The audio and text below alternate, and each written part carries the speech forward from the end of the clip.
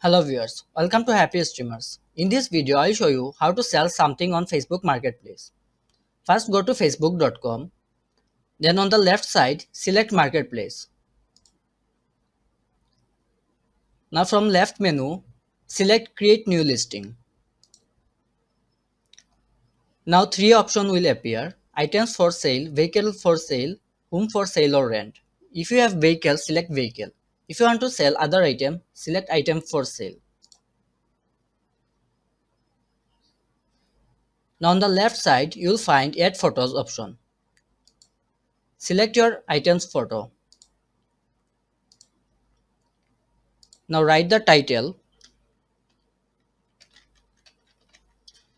then write your price, select category. You'll find all category here. I'm selecting mobile phone. Then select the condition of your item. You can add more details. Then select the location. You can also set the meetup preference, public meetup, door pickup, or door drop off.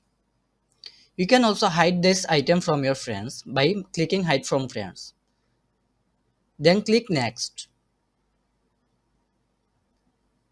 Now click publish.